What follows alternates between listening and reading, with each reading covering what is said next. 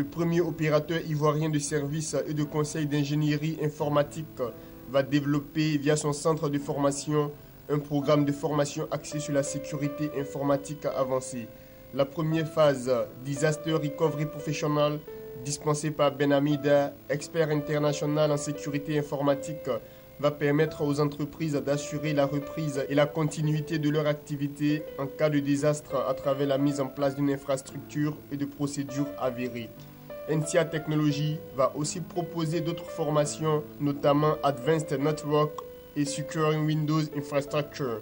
La Côte d'Ivoire est classée 21e sur 29 selon l'étude mondiale de l'Union internationale des télécommunications et 10e à l'échelle africaine en ce qui concerne son engagement en matière de cybersécurité. La station Shell de l'université Félix Houphouët-Boigny de Cocody a abrité la cérémonie de lancement du laboratoire mobile de Vivo Énergie, société émettrice des produits Shell.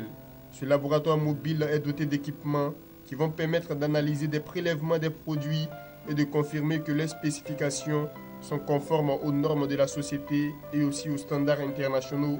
Vivo Énergie a été créée en 2012. Elle distribue et commercialise des carburants et lubrifiants de marque Shell avec une capacité de stockage de plus de 95 000 cubimètres et 172 stations-service.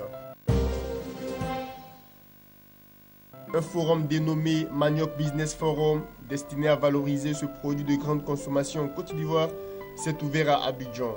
Selon ses organisateurs, ce forum vise à contribuer à l'accroissement des revenus des opérateurs de la filière manioc par l'amélioration de la compétitivité. Pendant 3 jours, les visiteurs et participants vont découvrir plusieurs variétés de tubercules de manioc. Le manioc fait partie des 5 produits de rente inscrits dans la stratégie de développement des cultures ivoiriennes. Selon l'Organisation des Nations Unies pour l'alimentation et l'agriculture, le manioc est la 2e culture vivrière en Côte d'Ivoire après l'igname avec une production annuelle estimée à 2,4 millions de tonnes, dont 70% est destiné à la consommation locale.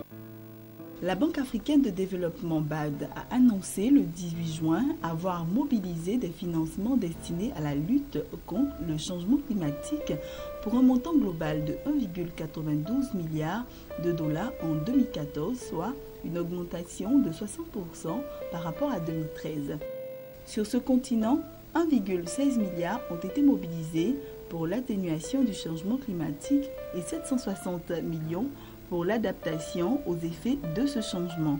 Sur les 4 dernières années, la BAD a mobilisé 7 milliards de dollars pour un développement respectueux du climat sur le continent.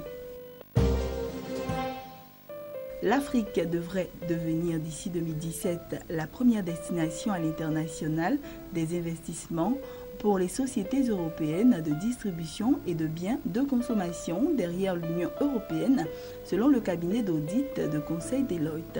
Rappelant que l'économie africaine devrait connaître un taux de croissance 2 fois supérieur à celui des économies avancées d'ici 2019, les auteurs de l'étude précisent que les 5 piliers du développement de la consommation sur le continent sont l'augmentation continue de la classe moyenne, la croissance démographique, la forte proportion des jeunes, l'urbanisation galopante et l'utilisation des nouvelles technologies. En effet, une personne sur 5 dans le monde sera originaire d'Afrique en 2025 et le nombre d'habitants en Afrique devrait passer de 1 à 2 milliards d'ici 2040. Le groupe français de grande distribution Carrefour a inauguré le 18 juin son premier hypermarché en Algérie, marquant ici son retour sur ce pays d'Afrique du Nord après une absence de 6 ans. Cette installation de Carrefour en Algérie est pilotée par la société Hyperdistribution Algérie, qui est le fruit du partenariat entre une société d'investissement algéro-saoudienne et Ulysse Hyperdistribution, qui exploite déjà l'enseigne Carrefour en Tunisie.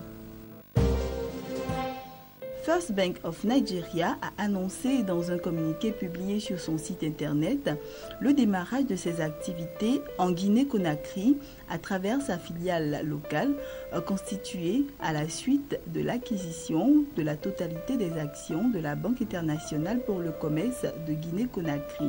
Le groupe a expliqué que ce début d'activité en Guinée-Conakry conforte sa position de leader du segment banque de détail et d'affaires dans la région. Le groupe bancaire, il faut le rappeler, était déjà, en plus du Nigeria, présent dans plusieurs pays du continent, dont le Ghana et le Sénégal.